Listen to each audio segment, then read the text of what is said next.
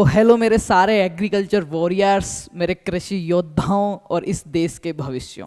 आज जो मैं बात करने वाला हूँ CUET ICR 2026, जो कि एक ऐसा एग्ज़ाम है जिसमें पूरे देश की, पूरे भारत देश की सबसे नामी सरकारी, प्राइवेट, एफिलेटेड कैंपस के अंदर आप BSc एग्रीकल्चर, जो कि इस देश और दुनिया की सबसे प्यारी डिग्री है, नो डाउट इतना अच्छा फ्यूचर है इसका।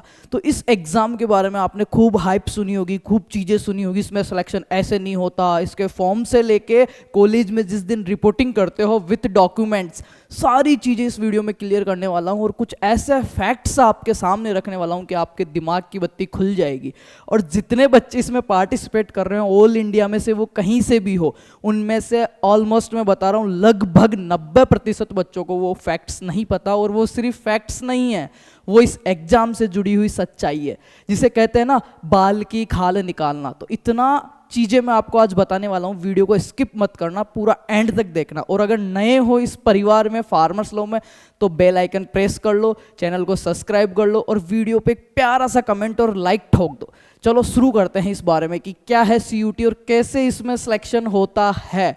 बहुत सी माइनर सी चीज़ें मैं बताने वाला हूँ जो सीधी, जैसे सांप सीढ़ी अपन खेलते हैं, अपने को सीढ़ी मिलते ही सीधे 8 से ही 100 पे पहुँच जाते हैं ना, वो चीज़ें मैं आपको बताने वाला हूँ कि कैसे। नॉट शॉर्टकट्स नहीं बताऊंगा, मैं बताऊंगा आपको की पॉइंट्स। तो थोड़ा सा दिमाग खोल के देखिए, क्योंकि यहीं से आपके भविष्य की नींवें बढ़ने वाली है। आज आप 12वीं पास करके, कहीं से भी 12वीं बोर्ड करके एक एंट्रेंस की तैयारी कर रहे हो, आने वाले सालों में आप टॉप यूनिवर्सिटीज़ में भी पढ़ोगे, जहाँ से देश की एग्रीकल्चर के लिए पॉलिसीज़ बनती है, वहाँ तक भी जाओगे, आप किसानों को भी समझाओगे, सारी चीज़ें आप करोगे, तो आप इस देश की आने वाली पॉपुलेशन के लिए भोजन, हर चीज़ की व्यवस्था आप करने वाले हो। तो दिल छोटा मत करो, छोटी बात नहीं है ये, बहुत बड़ी बात है कि आप एग्रीकल्चर पढ़ रहे हो और एग्रीकल्चर के ही बहुत नामी कॉलेजों में, जो बहुत रेस्पेक्टेड कॉलेज हैं, उनमें जाने के लिए एंट्रेंस एग्जाम की तैयारी कर रहे हो और आपके सारे डाउट्स क्लियर करने वाला हूँ। चलो शुरू करते हैं। पूरा सच, 90% स्टूडेंट्स इससे अनजान है, कंप्लीट में जानकारी देने वाला हूँ। चलो सबसे पहले देखते हैं CUET है क्या।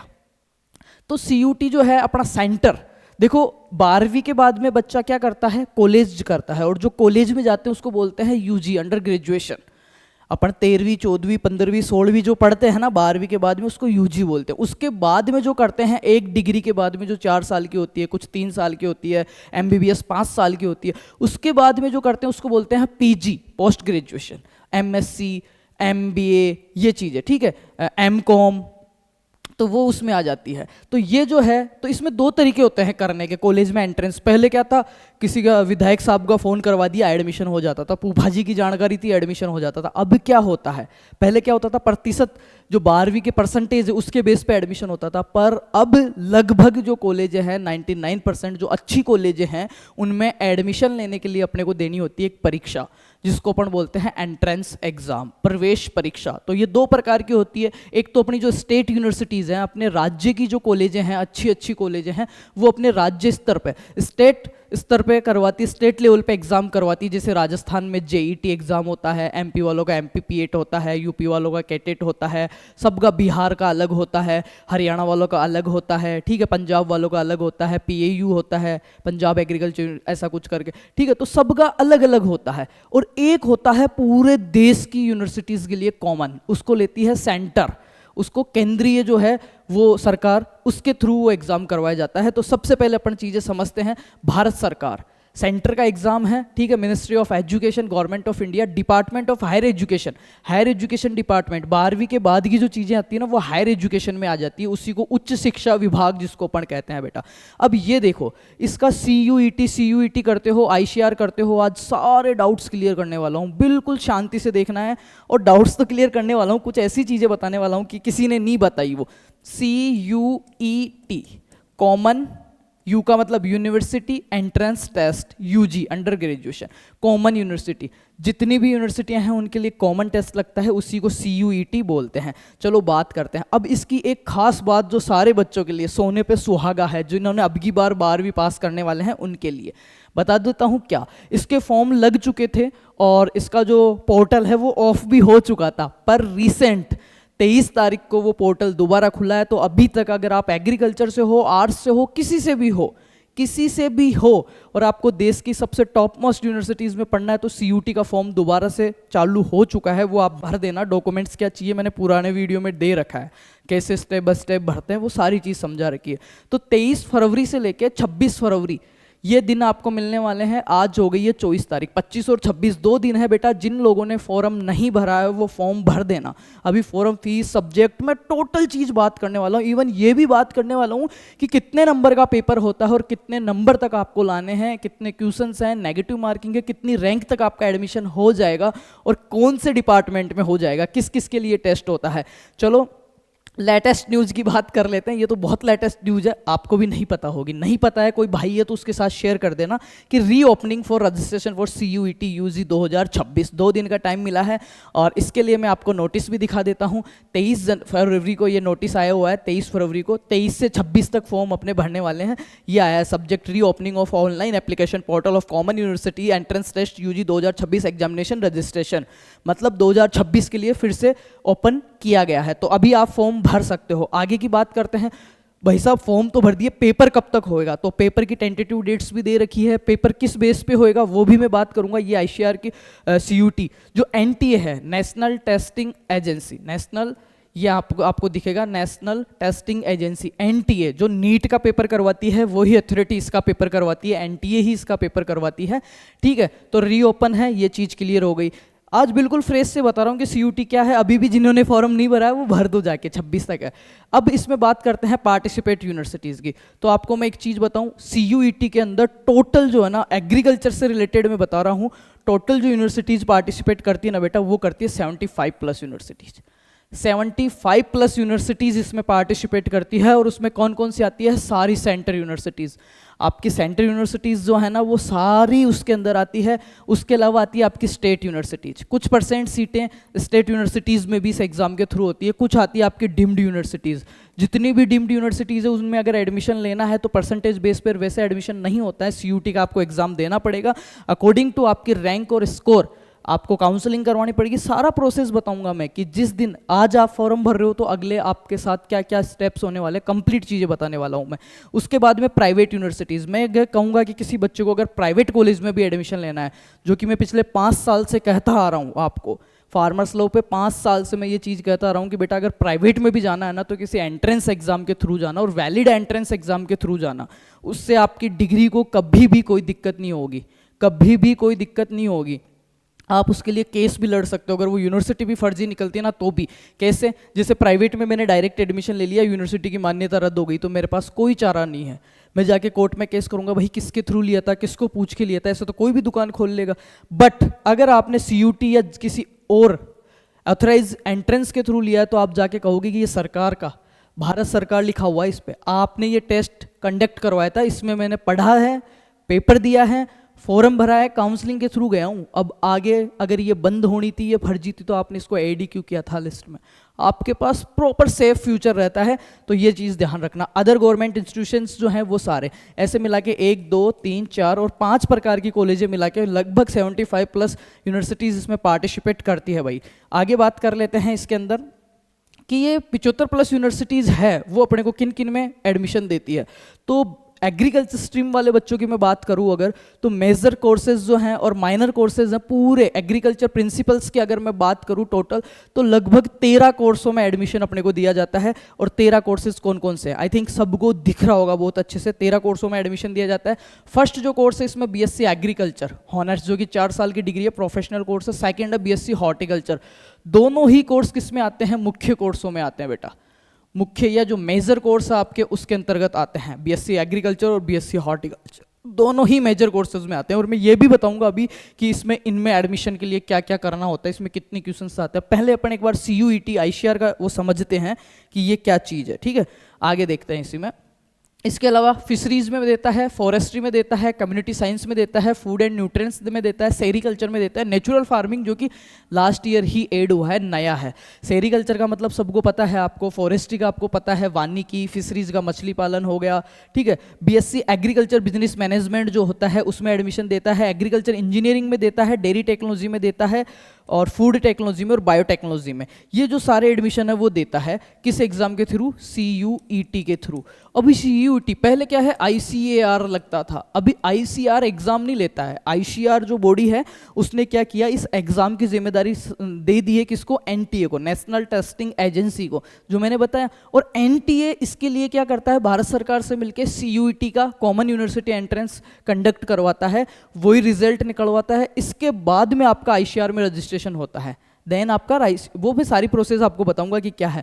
बट अभी के लिए मैं कह सकता हूं कि ICR और CUET दोनों ही एक ही है। ठीक है बेटा, आगे बात करते हैं अपन। तो मेजर कोर्सेज में अपने दो ही हैं, BSc एग्रीकल्चर और हॉर्टिकल्चर। माइनर कोर्सेज में मैंने बताया है जैसे agriculture engineering technology, dairy technology, food technology, इनके लिए आपको मैथ्स की नीड होती है। वो जब अपन एलिजिबिलिटी में देखेंगे ना, मैं सारी चीज़ आपको बताऊंगा। ये चीज़ें क्लियर हुई कि CUET क्या है, कब फॉर्म लगते हैं। अब बात करते हैं आगे, CUET में है क्या। लगभग 37 लैंग्वेजेस के अंदर ये पेपर होता है सब्जेक्ट की। अब यहाँ पे आएगी समझने की चीज़ आपकी, यहाँ पे क्या आएगी बेटा, आपकी समझने की चीज़, और यहीं पे गेम होता है सबके साथ, और वो गेम अपन देखते हैं क्या है।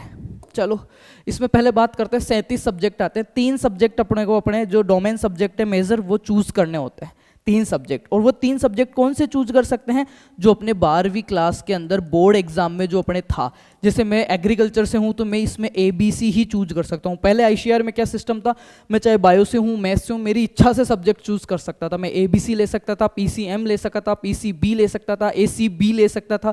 बट अब क्या कर दिया है, जो आपके 12वीं में है उसी सब्जेक्ट का एंट्रेंस आपको देना पड़ेगा। ठीक है, तो जैसे 12वीं बोर्ड में एग्रीकल्चर थी तो ABC लेना है, 12वीं बोर्ड में अगर मेरे पास बायोलॉजी तो थी, मेरे को PCM लेना पड़ेगा, फिजिक्स मैथ थी तो, अगर बायो थी तो PCB लेना पड़ेगा। जो आपने बोर्ड एग्जाम में सब्जेक्ट थे 12वीं जिस स्ट्रीम से हैं वही आपको इसमें चूज करना पड़ता है। ये तो हो गया 3 सब्जेक्ट की कहानी। अब इसमें सिलेबस क्या आता है वो सुनो। 11वीं और 12वीं है ना, वो ही सिलेबस आता है बेटा आपके। क्लास 11 और 12 का ही सिलेबस आता है। कुछ टॉपिक्स ज़्यादा आते हैं, कुछ टॉपिक्स उससे रिलेटेड ही, आलतू फालतू के नहीं, वही चीज़ें आती है। मैं अप्रॉक्स कहूँ तो 99% 11वीं 12वीं का सिलेबस आता है। ये चीज़ें क्लियर हुई। अब बात करते हैं थोड़ा सा इसके बारे में। भैया इतनी चीज़ें तो बता दी, पेपर कब लगेगा, इसका कैसे लगेगा, वो भी मैं बात कर लेता हूँ। इसका जो पेपर लगता है, ये यहाँ पे देखो चॉइस ऑफ सब्जेक्ट्स टोटल 37 है, उनमें से आपको चॉइस करनी पड़ती है। 5 मैक्सिमम सब्जेक्ट आप ले सकते हो, पर अपन 3 सब्जेक्ट लेते हैं। जनरल एप्टीट्यूड कौन से लेते हैं, subjective open to in class 12, जो 12वीं में आपने लिए हैं वही सब्जेक्ट। अब बात करते हैं modern mode of examination, computer based test, CBT online आपका लगेगा, ऑनलाइन कंप्यूटर बेस्ड टेस्ट लगता है। ठीक है, इसके बाद में करते हैं 50 क्वेश्चंस रहते हैं। इसमें कितने रहते हैं, 50 क्वेश्चन रहते हैं, और प्रत्येक 50 क्वेश्चंस के लिए 60 मिनट अपने को दी जाती है। और करेक्ट आंसर पे 5 नंबर मिलते हैं, और गलत पे 1.5 की नेगेटिव मार्किंग रहती है। इस चीज़ को समझना, आप इस सारणी से नहीं आएगा, मैं थोड़ा सा आपको समझा देता हूँ। इसमें सिस्टम क्या होता है, जैसे मैंने 50 3 सब्जेक्ट हो गए, 50 एग्रीकल्चर के, 50 बायोलॉजी के, और 50 हो गए बेटा केमिस्ट्री के। टोटल कितने हो गए, 150 क्वेश्चन हो गए। कितने हो गए, 150 क्वेश्चन हो गए। अब देखना यहाँ पे 150 क्वेश्चन हो गए, और एक क्वेश्चन कितना हो गया, 5 नंबर का।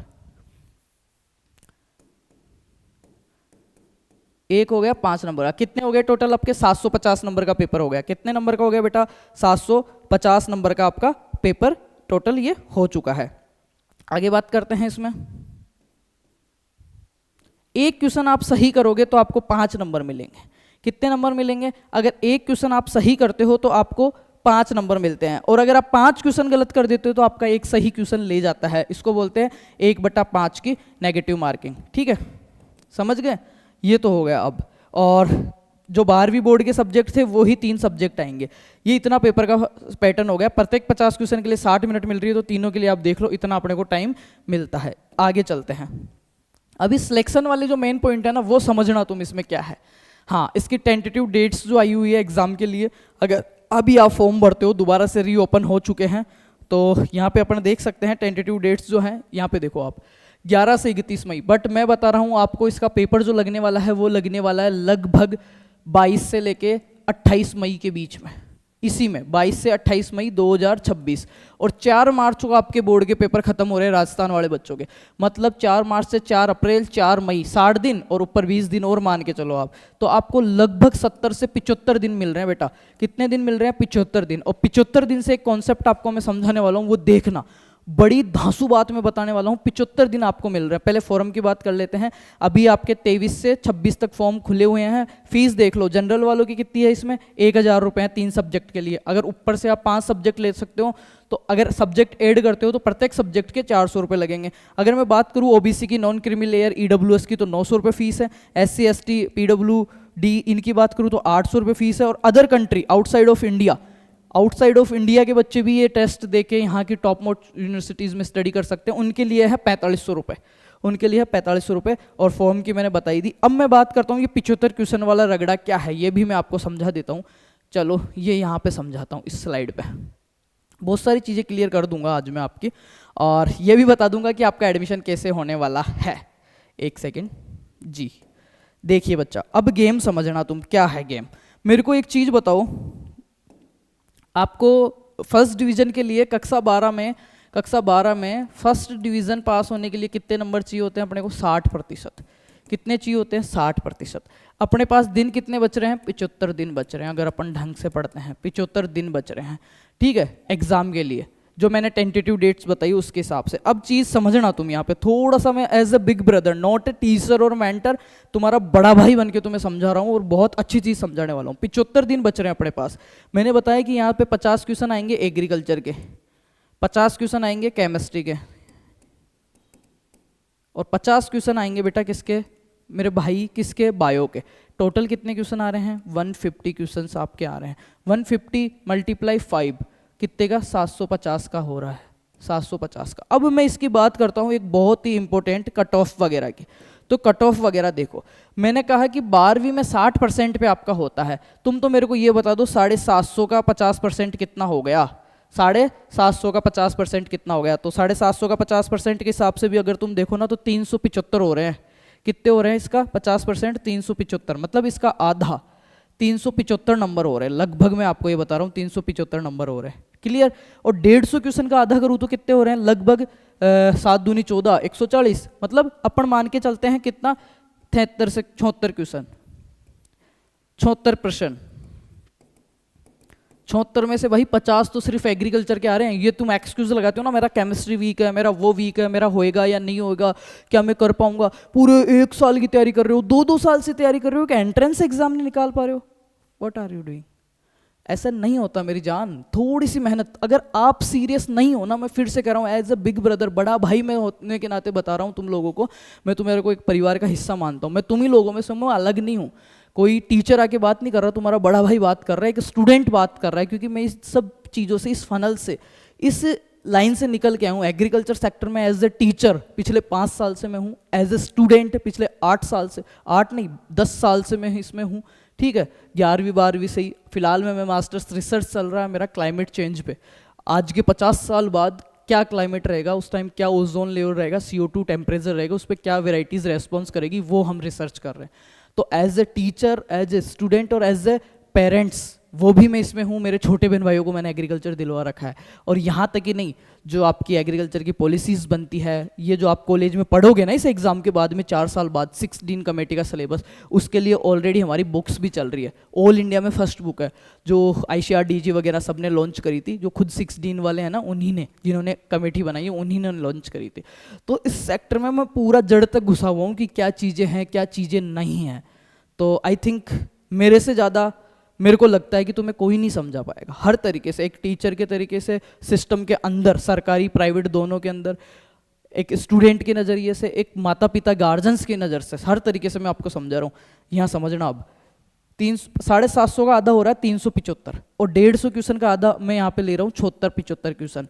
76 दिन है और 76 क्वेश्चन है, 75 दिन है और 76 क्वेश्चन है। 50 तो एग्रीकल्चर के आ रहे हैं, 20 क्वेश्चन तुम कर देना बायोलॉजी के, और 5 क्वेश्चन तुम कर देना सिर्फ और सिर्फ केमिस्ट्री के।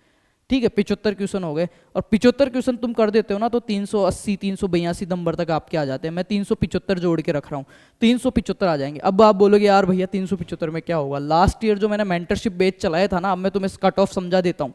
इसमें अगर आपकी ऑल इंडिया में 10,000 तक रैंक आ रही है ना, कॉमन रैंक, तो भी आपका एडमिशन हो जाता है। अगर मैं बात करूं ओबीसी के अंदर, जिस बच्चे की 5,000 तक रैंक आई है ना ओबीसी के अंदर कैटेगरी रैंक, उसका भी एडमिशन हो जाता है। अब मैं तुम्हें बता देता हूं, जिस बच्चे के 750 में से लगभग 300 नंबर आ रहे हैं ना, 300 प्लस, उसको कहीं ना कहीं, जो मैंने बताया ना अभी 13 कोर्सेज माइनर कोर्सेज में कॉलेज मिल जाती है बेटा। उसके बाद में मैं बात करता हूँ, जिस बच्चे के 350 से लेकर 380 नंबर तक आ रहे हैं ना, उसको हॉर्टिकल्चर जो कि मेजर कोर्स में आता है वो कॉलेज मिल जाती है। अब की बार मैंने दिलवाया मेरे मेंटरशिप बैच में, अभी बेंगलोर में है ना, बागलकोट में, वहाँ पे पढ़ रहे हैं बच्चे। बेंगलोर टॉप मोस्ट कैंपसों में आता है, वहाँ पे हॉर्टिकल्चर मेन कैंपस में बच्चा अपना साहिल, 355 नंबर थे उसके लास्ट ईयर सीयूटी में। क्या बात करोगे आप, 355 मतलब या 60% चाहिए फर्स्ट डिवीजन के लिए। इसकी कट ऑफ कितनी जा रही पता है, 50% से भी कम, आधे से भी कम। मतलब इसमें से भी 25 करके आओ ना तो भी आपका काम हो रहा है, 75 क्वेश्चन। तो मैं समझा ये रहा हूँ बेटा, आधे से भी कम कट ऑफ जा रही है, कोई खास लेवल नहीं अगर आप मेहनत करो। और 75 दिन 75 क्वेश्चन, डेली का एक क्वेश्चन, 3 पेज पढ़ो डेली के, सिर्फ 3 पेज, और हर 3 पेज में से एक क्वेश्चन आएगा। इस टाइम तुम हो बिल्कुल एक छोटे पौधे की तरह, एक फूल की तरह। अगर तुम्हें इस टाइम अच्छा माली मिल जाए ना, उस फूल को संजोने वाला, उसकी केयर करने वाला, उसको सही। एग्रीकल्चर में बच्चा मेहनत से नहीं डरता, ऑलमोस्ट स्टूडेंट्स गांव के हैं, स्ट्रगल संघर्ष बचपन से देखा है उन्होंने, उन चीज़ों से डरते नहीं, मेहनत से कतराते नहीं। पर दिक्कत क्या है, उनको सही डायरेक्शन देने वाला नहीं है। सब वो भेड़ चाल वाली भीड़ में पड़ रहे हैं, वहाँ चला जाऊँ, वो कर लूँ, वो कर लूँ। वॉट, क्यों क्यों भाई एग्रीकल्चर में जितने भी बच्चे हैं ना, उन सिर्फ गाइडेंस की कमी है। वो बच्चे मैं जानता हूँ ना तो मेहनत से डरते हैं। हाँ ये पता है हिंदी मीडियम से थोड़ा सा दिक्कत है, इंग्लिश कम समझ में आती है। ना वो बच्चे मेहनत से डरते हैं, ना वो बच्चे पढ़ने से डरते हैं, ना वो बच्चे किसी और चीज़ का भय करते हैं, ना हारने से डरते हैं। जमींदारों के बच्चे हैं, किसानों के खेतों से आए हैं, वो उम्मीदों से भरे हुए हैं, डर नहीं है उनमें कहीं पे भी। बस दिक्कत एक ही है, उनको कोई सही डायरेक्शन नहीं देता। और सही डायरेक्शन नहीं देने की वजह से लगभग 90% बच्चे वो उसी भेड़ चाल में 2 साल सीयूटी की तैयारी कर रहे हैं, 6 महीने 12 महीने 24 महीने सीयूटी। क्या है सीयूटी, एंट्रेंस एग्जाम है। और कितने नंबर लाने हैं, 45%। एक दिन में एक क्वेश्चन, अगर क्रेश कोर्स में और पूरी साल का टाइम मिल रहा है तब पूरी साल का टाइम मिल रहा है तब फाड़ देंगे भाई, रैंक निकाल के। जो तुम कहो ना वहाँ एडमिशन करवा सकता हूँ मैं, जो तुम कहो। मैं 75 दिन में एडमिशन करवा सकता हूँ, और करवाऊंगा। इस बार बैच लॉन्च करूंगा मैं 3 से 4 तारीख के बीच में, सीयूटी और जेट का बैच लॉन्च करेंगे हम। और तुम भी चाहते हो अगर कि हाँ यार अब की बार आर या पार, मैं कह रहा हूँ 12वीं के साथ में टॉप कॉलेजों में एडमिशन, गारंटी के साथ कह रहा हूँ यार, टेंशन ना लो तुम। इस कॉन्सेप्ट को समझो ना तुम कि 75 दिन 75 क्वेश्चन, उनमें से 50 तो एग्रीकल्चर के। और नई चीज़ तो पढ़नी नहीं, जो तुम ऑलरेडी पढ़ के आए हो 11वीं 12वीं में, उसी को तो रिवाइज कराऊंगा मैं। कोई नए पन्ने थोड़ी पढ़ाऊंगा, जो तुम पढ़ के आए हो उसी को रिवाइज करके ये बताऊंगा बेटा ऐसे क्वेश्चंस आते हैं। और बहुत बड़ा सरप्राइज देने वाला हूँ मैं होली के बाद तुम लोगों को। तो ऐसे कहीं अभी भटक के इधर उधर ज्वाइन मत कर लेना। मैं फिर से कह रहा हूँ, तुम्हारा भविष्य नो डाउट इस देश और दुनिया की सबसे प्यारी डिग्री है। तुम्हारे माता पिता, मेरे माता पिता एक ही है। मैं भी उसी किसान परिवार से, उसी ढाणी से हूँ, कोई बड़ा बैकग्राउंड नहीं है मेरा। आज तुम्हारे सामने खड़ा हूँ ना तो खुद की मेहनत के उसके बलबूते पे खड़ा हूँ मैं। तो मैं नहीं चाहता किसी बच्चे के साथ वो हो, ठीक है। तो थोड़ा सा पेशेंस रखना। और मैं फिर से कह रहा हूँ, हाथ जोड़ के रिक्वेस्ट कर रहा हूँ, तुम्हारा भविष्य बहुत सुनहरा होने वाला है। इसको गलत हाथों में मत दे देना, किसी के बहकाव में, कहने पे गलत हाथों में मत दे देना बेटा इसको। किसी के लिए बेच हो सकता है, किसी के लिए क्या, पर आपके लिए आपकी नींवें होगी, आने वाले 40 साल बनाएगी। 75 दिन नहीं, 75 साल बनेंगे यहाँ से। जिस यूनिवर्सिटी में जाओगे, जिस माहौल में जाओगे, जो फ्रेंड सर्किल बनेगा, एंड तक वही रहेगा।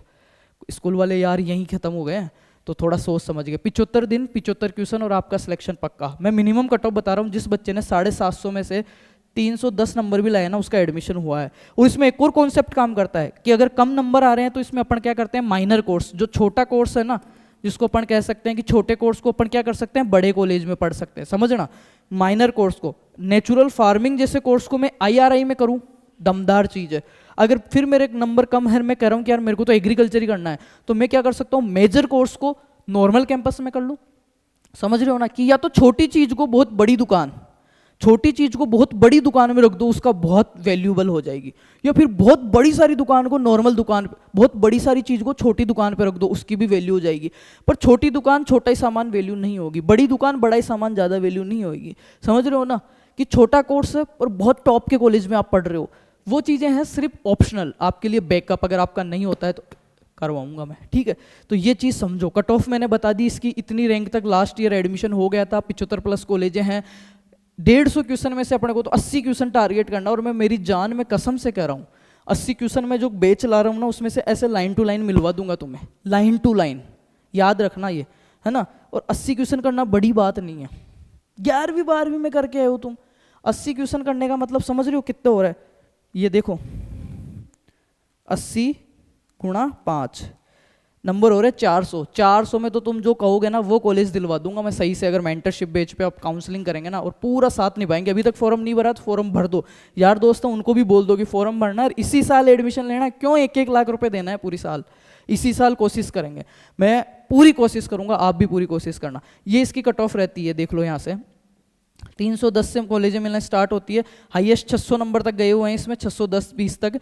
और आपने को तो कितने लाने हैं, 400 तक, या 350+ में भी एडमिशन हो जाता है क्रैश कोर्स में, ठीक है। और क्रैश कोर्स क्या होता है, सिलेक्शन कोर्स लेके आऊँगा, सिलेक्शन कोर्स धुम्मा मटा दूंगा, ठीक है। ये हो गई बात बेटा इसकी। अब इसमें आगे बात करते हैं अपन, चलो होता क्या है इसमें देखो।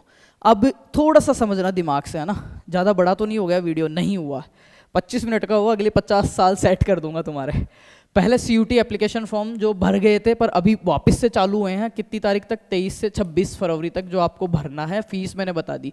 उसके बाद में CUT का एग्ज़ाम होगा, जो मैंने बताया आपको, लगभग 22 से 25 या 28 मई के बीच में होएगा, ठीक है जान। उसके बाद में CUT क्या करेगी, रिजल्ट निकालेगी, ठीक है, रिजल्ट, और वो निकालेगी आंसर की। उसके बाद में CUT की कट ऑफ आती है, CUT की कट ऑफ आती है। उसके बाद में आता है इसका रैंक कार्ड, कि CUET के अंदर आपकी ये रैंक है। उसके बाद में ICAR का रजिस्ट्रेशन, यहाँ पे एंट्री मारता है आपका ICAR का रजिस्ट्रेशन आपको करना पड़ता है। फिर वो बच्चे रजिस्ट्रेशन करते हैं, फिर ICAR में जिन बच्चों ने रजिस्टर्ड किया है, 15,000 के समथिंग बच्चों ने रजिस्टर किया था, उनकी अलग से ICAR क्या निकालता है, उनकी रैंक निकालता है। और फिर उस ICAR की रैंक के हिसाब से क्या करते हैं अपन, काउंसलिंग स्टार्ट होती है, चॉइस फिलिंग करते हैं अपनी रैंक और पिछली कट ऑफ के हिसाब से, यूनिवर्सिटीज़ की एलिजिबिलिटी के हिसाब से अपन क्या करते हैं, काउंसलिंग करते हैं। फिर काउंसलिंग के first round, second round, third round, ऐसे राउंड्स होते हैं, डिफरेंट राउंड्स होते हैं। उसमें अपने को कॉलेज अलॉट होती है। अलॉट होने के बाद अपने पास 2 ऑप्शन होते हैं, या तो उसको एक्सेप्ट करना, या अपवार्ड लगाना, या कैंसिल करना। जैसे ही अपन उसको एक्सेप्ट करते हैं, अपने पास प्रोविजनल एडमिशन कार्ड आ जाता है, और कुछ % अपने को 5,000 10,000 फीस जमा करानी पड़ती है। फिर अपने को एक डेट दी जाती है कि फाइनल कैंपस रिपोर्टिंग, जो आपको कॉलेज मिला है उसको इतनी तारीख को ये डॉक्यूमेंट्स और ये फीस लेके आपको जानी, और फाइनल एडमिशन होता है। और ये प्रोसेस होते होते आपका टाइम आ जाता है बेटा, कौन सा, जुलाई एंड या अगस्त तक का, जुलाई एंड या अगस्त तक का।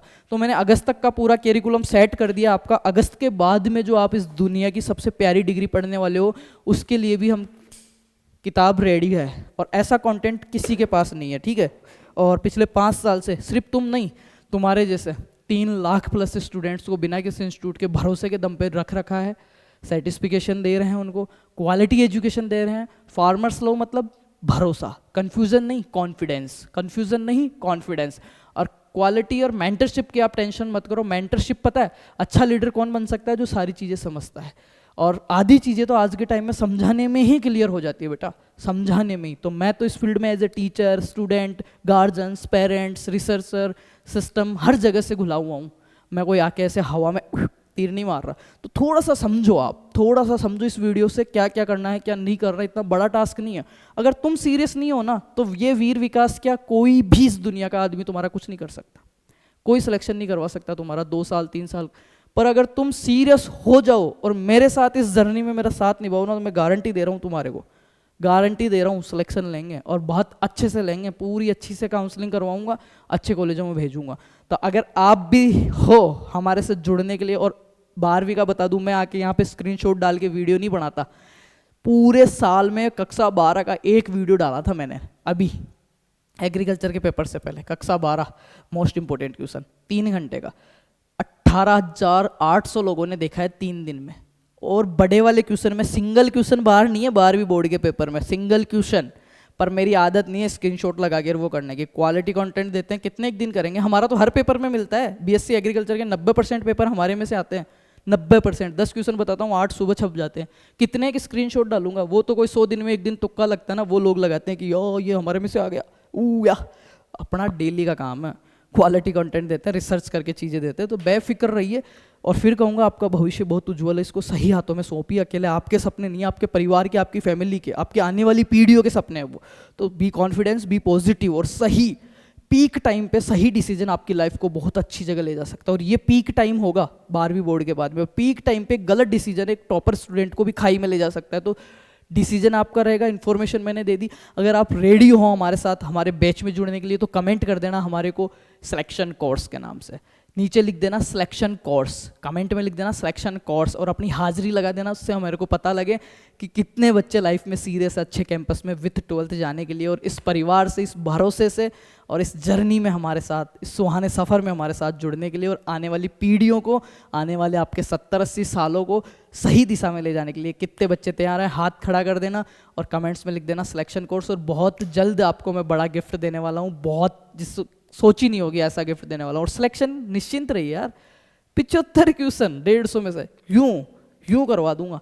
ऐसा स्टाफ, ऐसी टीम, ऐसा मैनेजमेंट और ऐसा कंटेंट, काम डन है। ठीक है, thank you so much and best of luck है मेरे सारे भाइयों को। अब एक लाइन पेश कर देता हूँ मैं तुम लोगों के लिए, जो मेरी बहुत ही अच्छी रही है, और उसकी शुरू की 2 लाइन मेरे लिए है और लास्ट की 2 लाइन आपके लिए है। ठीक है, चलो। वो जिस पर उसकी रहमत हो, कि वो जिस पर उसकी रहमत हो वो दौलत मांगता है क्या? सुनना, कि वो जिस पर उसकी रहमत हो वो दौलत मांगता है क्या? मोहब्बत करने वाला दिल मोहब्बत मांगता है क्या? ये लाइनें मेरे लिए थी। मेरे पे उसकी रहमत है बहुत अच्छी, मैं दौलत नहीं मांगता, 5 साल से फ्री पढ़ा रहा हूँ, और मेरे से कोई कितनी भी नफरत करो मैं उनको हमेशा प्यार ही देता हूँ। ठीक है, तो ये मेरे लिए लाइनें थी। अब अगली 2 आपके लिए, सुनना ढंग से, कि वो जिस पे उसकी रहमत हो वो दौलत मांगता है क्या? मोहब्बत करने वाला दिल मोहब्बत मांगता है क्या? तुम्हारा दिल कहे तब उजाला बन के आ जाना। ये लाइन्स तुम्हारे लिए हैं, कि तुम्हारा दिल कहे जब उजाला बन के आ जाना, उगता हुआ सूरज इजाजत मांगता है क्या? तो तुम्हें हो उगता हुआ सूरज हो, और जब तुम्हारा दिल चाहे तब तुम आ जाना भाई के पास, तुम्हारे को इजाज़त की कोई ज़रूरत नहीं है। ठीक है, तो एक बार पूरी सुना देता हूँ मैं, कि वो जिस पर उसकी रहमत हो वो दौलत मांगता है क्या? मोहब्बत करने वाला दिल मोहब्बत मांगता है क्या? तुम्हारा दिल कहे तब आ जाना, तुम्हारा दिल कहे तब उजाला बन के आ जाना, उगता हुआ सूरज कभी इजाज़त मांगता है क्या? तो thank you so much, best of luck मेरे भाइयों को, बहनों को, मेरे प्यारे परिवार को। बहुत अच्छा करेंगे लाइफ में, बी कॉन्फिडेंस, मस्त रहिए, अच्छा खाइए, अच्छा पहनिए, और वीडियो अच्छा लगा हो और हमारे साथ जुड़ना चाहते हो तो सिलेक्शन कोर्स कमेंट कर देना। बहुत जल्द मिलते हैं 2 बड़े सरप्राइज के साथ। Thank you so much and love you and best of luck. Form नहीं लगाया तो लगा दो, वीडियो को जितने यार दोस्त है सबके साथ शेयर कर दो। ठीक है जान, लव यू।